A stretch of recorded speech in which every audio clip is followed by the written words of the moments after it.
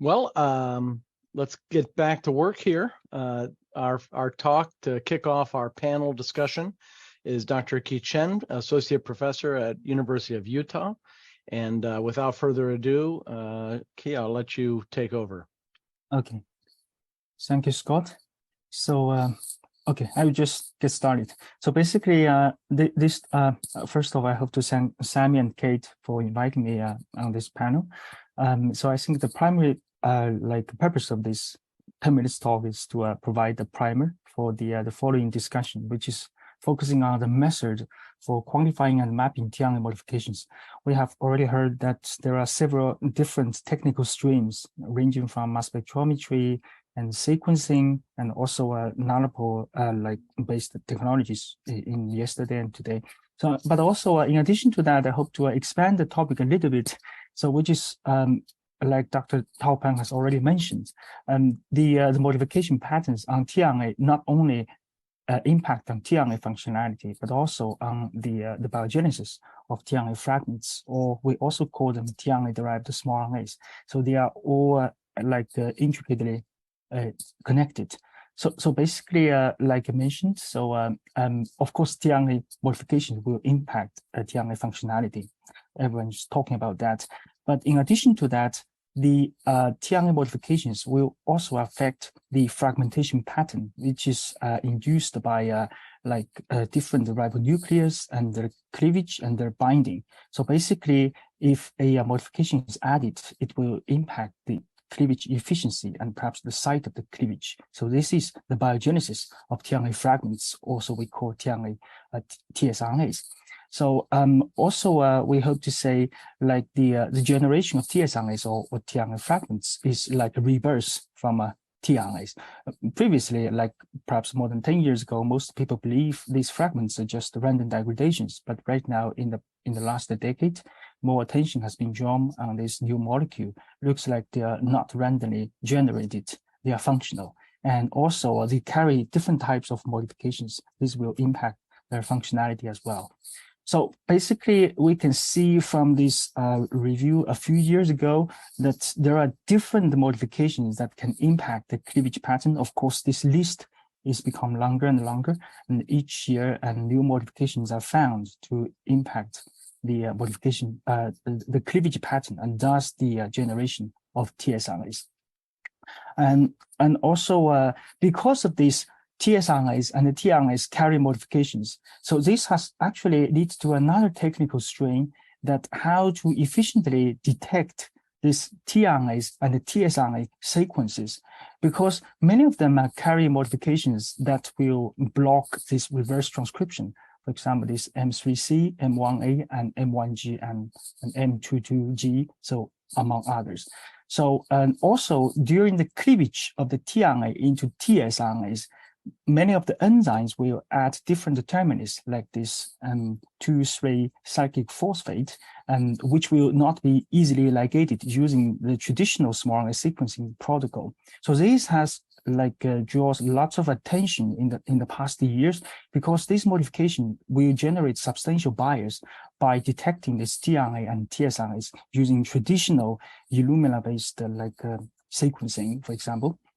But now, luckily, this type of issue is being resolved by different methods, starting with from Dr. Tao Pan lab and Todd Lowe lab with this ARCB treatment to eliminate this methylation that will block the modifications, and also using enzymes like T4P and K to convert these strange terminus into the regular 3 hydroxyl, which will be easily adapted. So basically, based on this different combination of methods, lots of new sequencing method has been developed to more accurately detect tRNAs and tsRNAs. So with Dr. Tao Pan lab, and we have published recent reviews summarizing these different technologies. In Dr. Tao Pan's work, more focusing on detecting tRNAs, and in ours, more detecting on tsRNAs and other small RNAs. So this is something I hope to emphasize. In addition to identifying the modifications and on tRNA itself, these modifications will affect the detection of the sequence. So I think this type of technical strain has been well established and very lucky. But in addition to that, I hope to say these modifications on the tRNA fragments or tsRNAs, they will impact the functionality of these different type of tsRNAs. I just take a very few examples, like what we studied originally. I started as a reproductive biology, only entering this field by studying sperm tsRNAs. And we found that the different lifestyles like heifer diet will substantially change the modification pattern on sperm tsRNAs. And some of the modification patterns are regulated by specific enzymes, like for DMT2 regulate M5C. And these can impact tsRNA's functionality in epigenetic inheritance. And in other cases, like the pseudouridine can be introduced by Pas7 at specific loci, like the 8th position of a U, whether it's a U or phi, they will change their functionality in regulating stem cell differentiation. And also the M1A at the 58th position, which will be cleaved and generate a tsRNA. So these tsRNAs will carry this modification as well. Carrying these modifications a lot will affect its functionality in gene silencing. So these are just a few examples showing that the tRNA modifications not only impact tRNA functionality, but also the resulting tsRNAs. The modifications are still important. So I just try to say this is a burgeoning field, and especially this type of tsRNAs. Their biogenesis, their modes of action, and their diverse roles in physiology and diseases. So this is an emerging field that awaits for us. So finally, I think this is the central topic of this panel.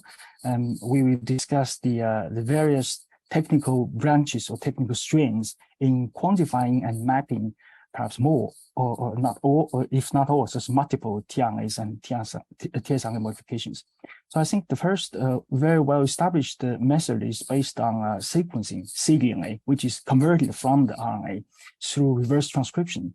And there are many different clever ways using different chemicals to convert specific modifications and followed by this reverse transcription signature. Either it's a misincorporation, it's a deletion, it's a gap. So basically, we can use these signatures to infer whether there is modifications out there.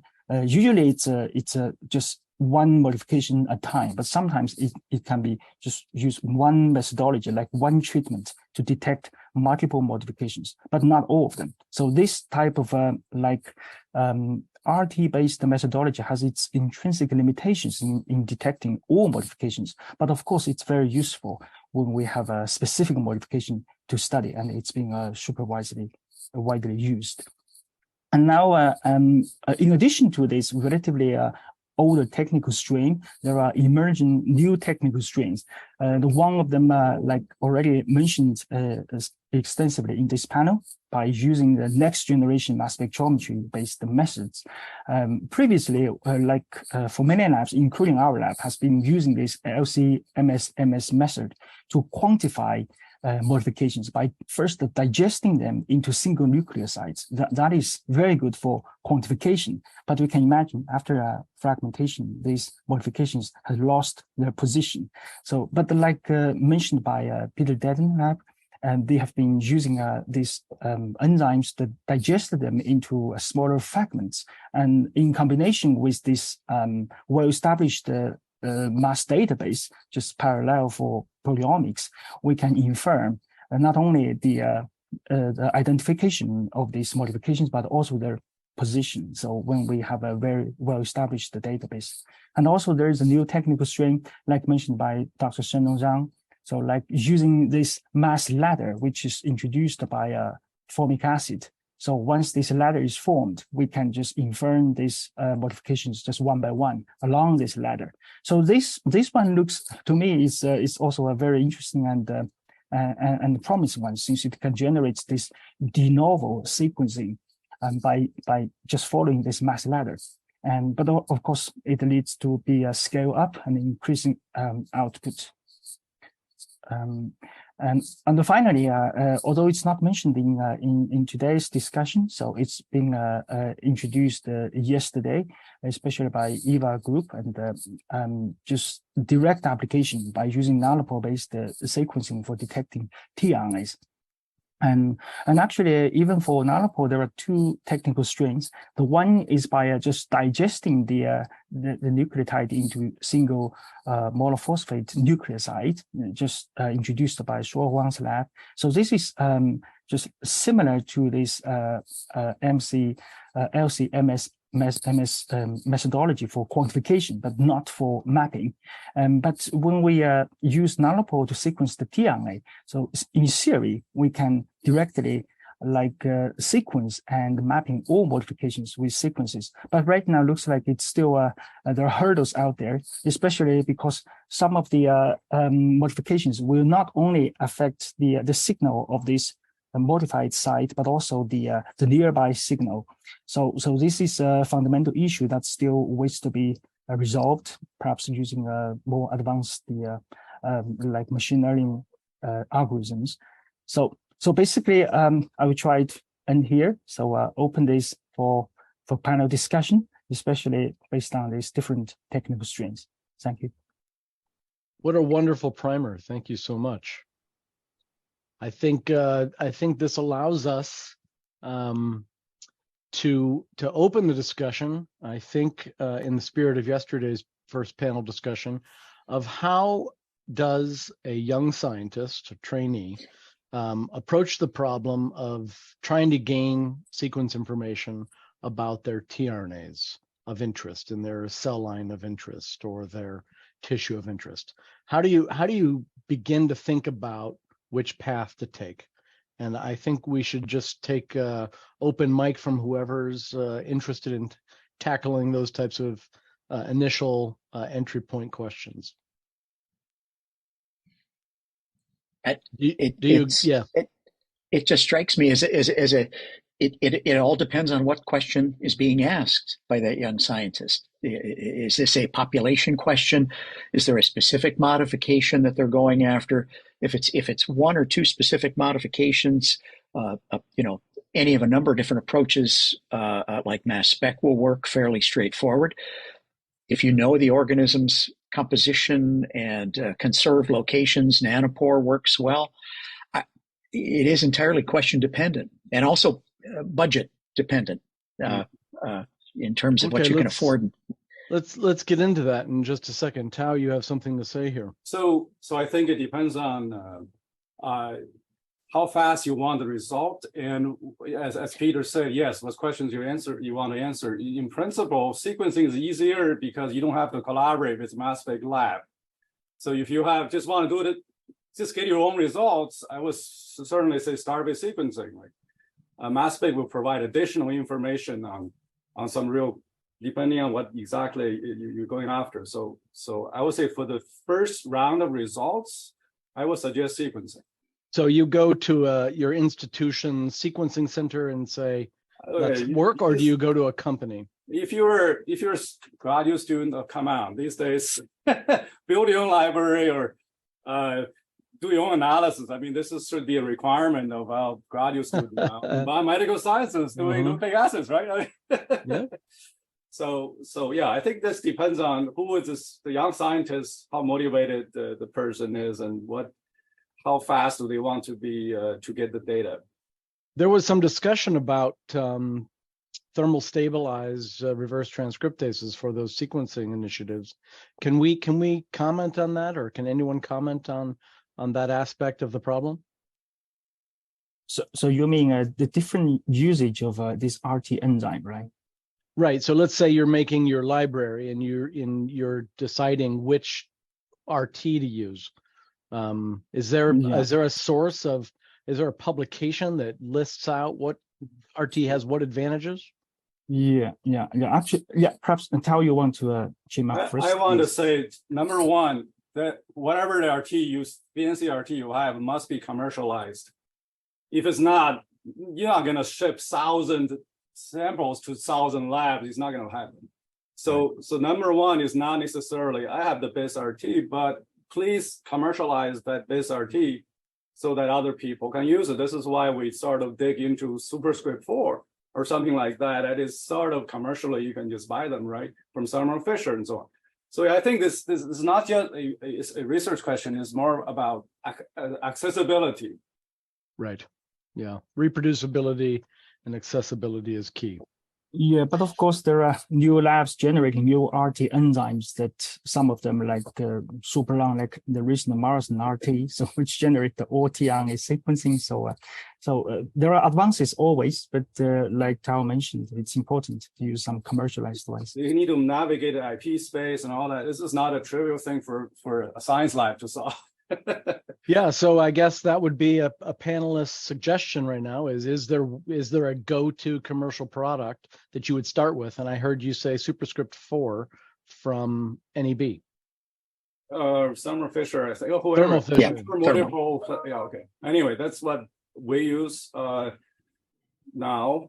Of course, there were other things on the market Sure. before, but I think you can pick your own preference as long as I think there's some kind of QC behind and availability behind the market. Otherwise, in terms of this, these steps in the library prep, I'm just trying to imagine being a young student trying to figure out how to dive into this.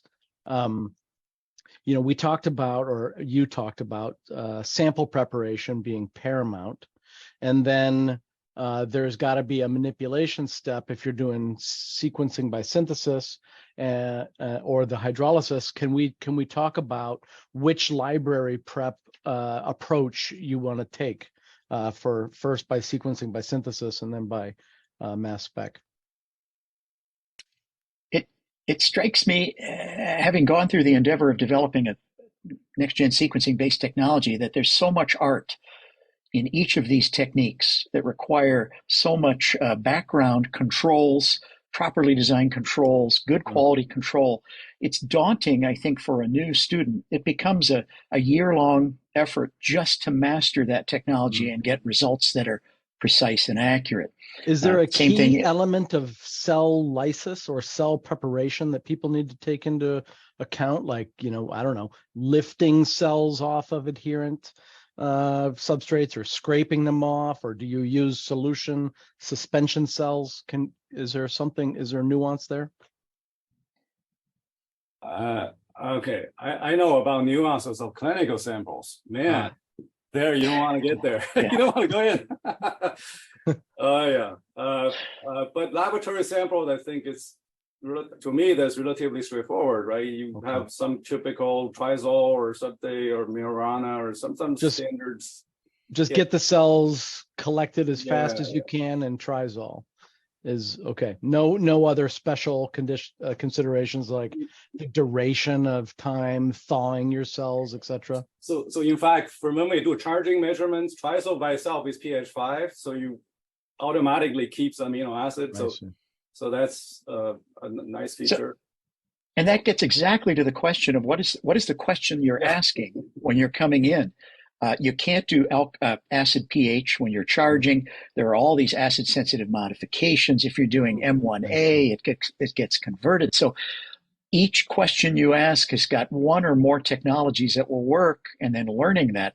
Boy, we've seen with RNA isolation, most people aren't using a bioanalyzer to get a RIN number or do some QC on there. And at the minimum, a tape station or a bioanalyzer to look at the quality of your RNA is the bare bones.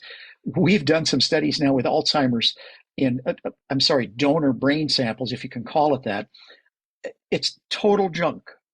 There is no way you can control the RNA quality in something like a tissue sample from a deceased person with no control over autopsy. Surgical samples you have to do prospective studies in order to get the quality control for RNA.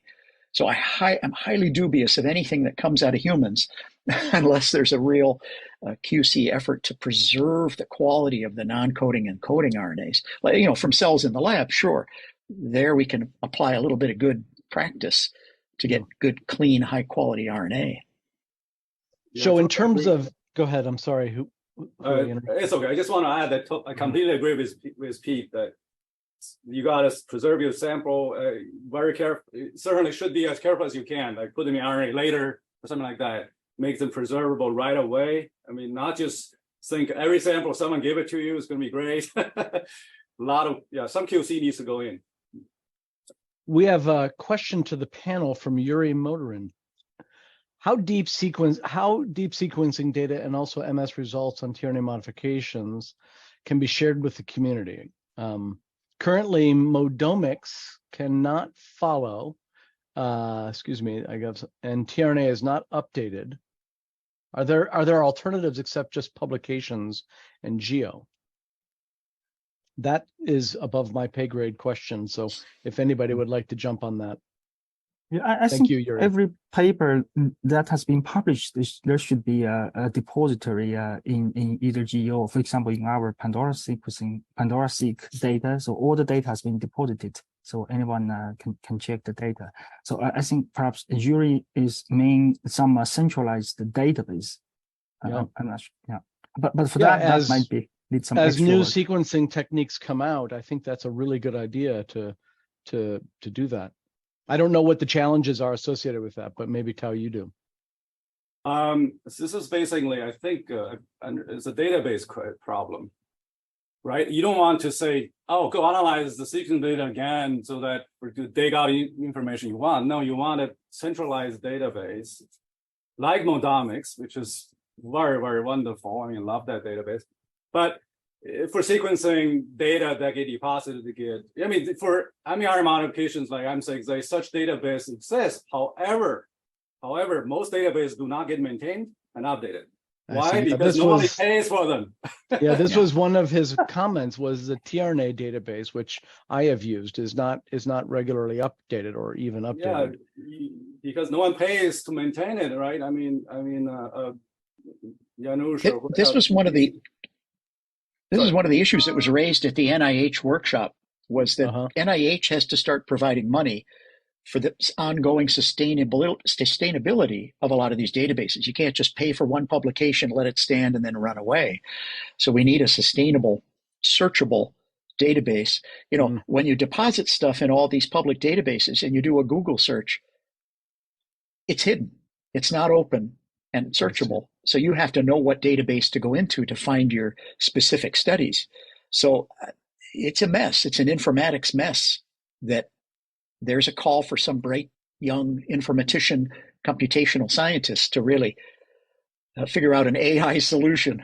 Sorry. That's a really big problem. Thank you, Yuri, for bringing that up for further consideration across this day of discussions. Perhaps this bring up the opportunity that after this session, so we should do something. So from this panel, perhaps starting, so write something up, or write some proposal, and some sort of white paper on what needs to be done. Yeah, interesting. Very good suggestion. Thank you. I'm glad to see you're here listening in, Yuri. So there was a question in the panel window about does mass spec help address the issue of stoichiometry determination for these modification levels? I know that's an important question for many in the field. Once you have these data, you can look at it on the ensemble level, but when you want to talk about stoichiometries, is mass spec the path you want to go down if that's your question of interest? I think I would it's like, do you want to cite specific quantification or not? If you don't care the location, you can degrade them into single nucleoside level. But if you really like cite specific quantification, and then that's a different story. Fascinating. So, well, if you have, and on the mass spec, you're going to be basing it on fragments. So if within that fragment there are several modifications, you can quantify them in that one fragment. If, however, you've got a population now, and the one fragment's coming out of one RNA and another fragment's coming out of another RNA, you can't make quantitative correlations. That's where something like Shenlong's method is much better in terms of the full length sequencing information you get from potentially one molecule. That's the hard part of mass spec. For the moment, again, going back to that theme of the trainee making a decision about which road to pass, we follow Tao's advice. Okay, go to the sequencing by synthesis methods first, but then that fork in the road where the questions become more mechanistic, it sounds like mass spec may be the right path to go, but that requires currently collaborations. Yes, I think collaboration is essential. So for example, in our lab, when we study some of the tRNAs, we realized that the modified version and the non-modified version have very different functionality. So we have to figure out what is inside these modifications. So this just bring us to Shenlong. So using his new technology that we can identify even just one tRNAs, which is of our interest. So we do not care about throughput. We just care about this one. So now we can compare with the modified version and non-modified version. So we can understand deeper about their working mechanism. So it still depends on the question. There was go ahead, Peter. I'm sorry. Sorry. I actually want to add a little bit. I think ideally for tRNA sequencing, we don't want to have a library. We want to have a direct way to sequence tRNA. I think tRNA, this is achievable because especially I think this is the advantage of mass spectrometry, because for mass spectrometry, we can detect the intact tRNA. The mass is about 24,000 Dalton or more, a little bit more. It depends on how long the tRNA it is. So we can look at the tRNA, the intact level, to tell you many different information. Like you already know how much tRNA in your sample, right? And you can see if they are related. You can tell if they have some partial like methylation or other modifications, right? Before you really dive in to prepare a library, you are going to lose all those modification information, right? I think ideally would be sequence tRNA without this library is really a direct way to sequence the tRNA, because tRNA has so many modifications, right?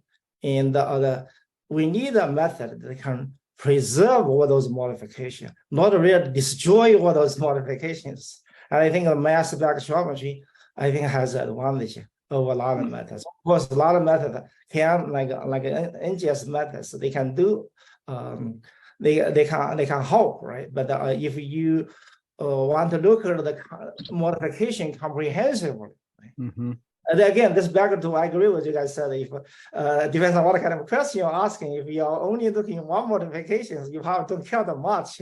But if you want to look into the co-independence and all those, you don't know what modification is going to work or is important, and then you need a more systematic way, comprehensive approach to sequence the tRNA under that modifications. I have a little bit of a segue in our discussion, maybe philosophically, but I heard in Richard's talk that, well, and earlier discussions, that tRNAs are obviously partitioning between the ensemble and the polysomes, and that partitioning may have something to do with the utilization of specific tRNA types or modification patterns. And I just wanted to comment from the panel on, is it wise to consider the possibility of selecting out the polysome associated tRNAs first and then doing the sequencing on that population versus the entire pool of tRNAs in a cell? It is technically feasible. A polysome pull down, the tRNAs have enough binding energy to, well, and you still have to figure out how many you're losing on the pull down purification. But a postdoc in our lab has tried this, and you can get reproducible pull downs of the tRNAs that are in the ribosomes. So I guess it depends on your ability to isolate polysomes stably, which can be an issue, I think. Tao, you had your hand raised. I'm the one who talked about it. It was in our 2020 excuse paper. me, Tao. The point is that yes, it is harder without that sucrose. Without that sucrose in the polysome, it's just harder to extract them out. But it can be done. Of course, you got to do both because input is free. You have to compare it to. So I would say, is it worth the effort? That's probably the question. My take on this is, if you try to make discoveries, meaning sort of you just want to see what something happens, is worth the effort. If it's for very specific questions, sometimes you may not have to work that hard. So certainly not highly parallelizable. That's for sure. I would not make that as a default. It is a bit harder compared to just photo RNA. Yeah, at least I would say. The ligation of this hairpin you described and doing this on column sounded like a pretty powerful, potentially generalizable method. Is that your read at present, that that's the way to go? I'm biased here, so of course. But you're a practitioner in some level of let's get this done, and you've found practical advantages to this approach. I would understand. Yes. Any limitations? Oh, every method does. This is sort of part of my job as the overseer here, is to talk about advantages and limitations and get you all to sort of discuss these things. Peter, you mentioned, for example, that you're interested in use of RNase to create your ladders, and I think that can be a nuanced sport, and just simply using RNase in a lab that studies RNA can potentially be an issue, I imagine. Is there any very much so practical considerations there? A really good hygiene and super picky about controls. It's just a matter of practicality. Keep the ribonucleases away from the sensitive benches and all of that. The toolbox, though, for all these sequence-specific ribonucleases is expanding. NEB's got a big panel of these things now, and they're evolving them. They're all being directly designed to go after specific sequences, and even double-stranded versus single-stranded.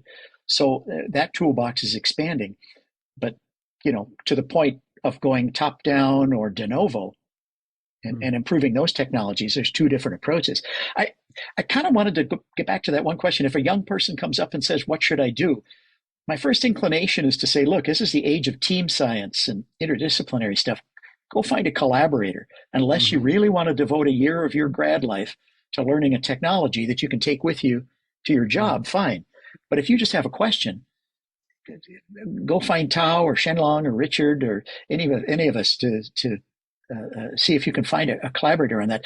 The second part of it is that the need for institutional centers to handle some of these very sophisticated things now. This is something I wanted to talk about. Yeah. How do we import that knowledge to those institutional centers? I have struggled in my career to no institutions to be named, to find people that are interested in this topic, and at least in part. And there's a trend to come back to the understanding that the energy expenditure on tRNA synthesis and protein production is pretty remarkable in the cell.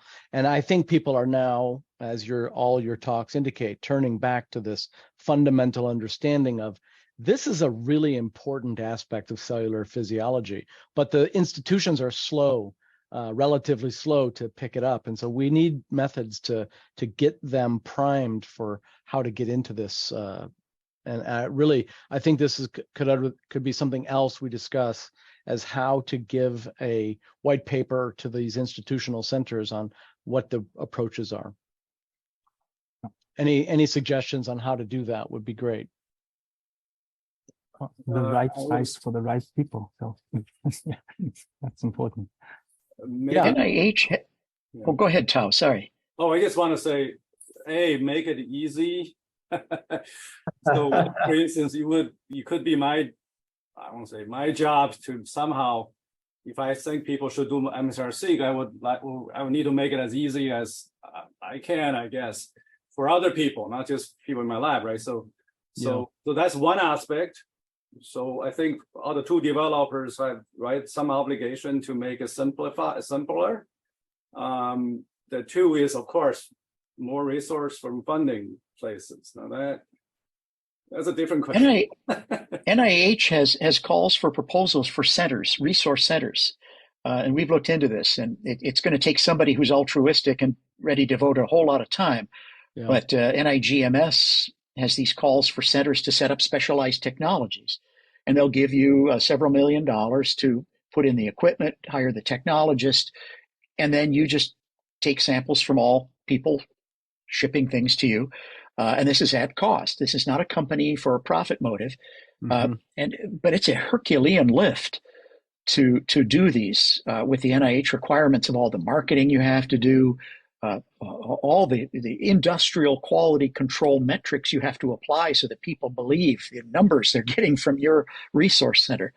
But back to the original point, this is a huge issue to deliver to NIH and foundations to say universities ought to have some geographically centralized locations for some of the specialized RNA stuff that we're all talking about.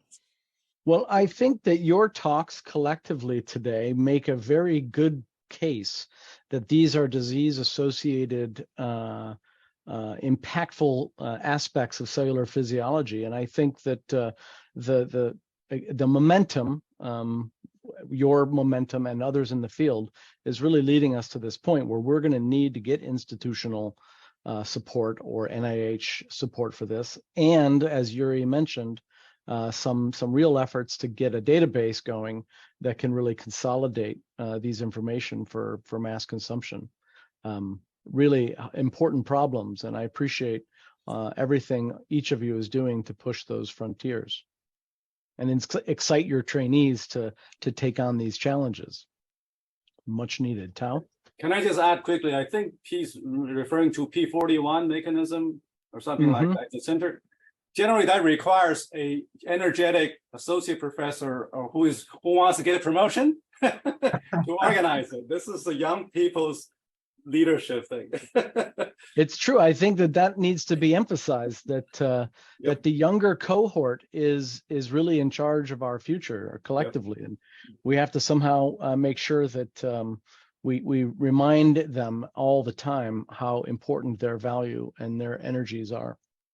Well, it is I guess that would be 12:58 Eastern Standard Time. We have a moment to close. Does anybody would like to make a closing comment? I think I don't see any takers immediately. This gives us a little bit wonderful meeting. This is a fabulous meeting. I'm really happy that this was organized by Sami and Kate so efficiently. This was really wonderful. Eileen, do you want to say something before we depart for the lunch? No, just want to reiterate, it was wonderful, wonderful talks this morning. But no, we can reconvene at 1:30, and thank you everyone for your time this morning. Fantastic. Thank you all very much. Wonderful. Thank you, Dr. Blanchard. Thank you.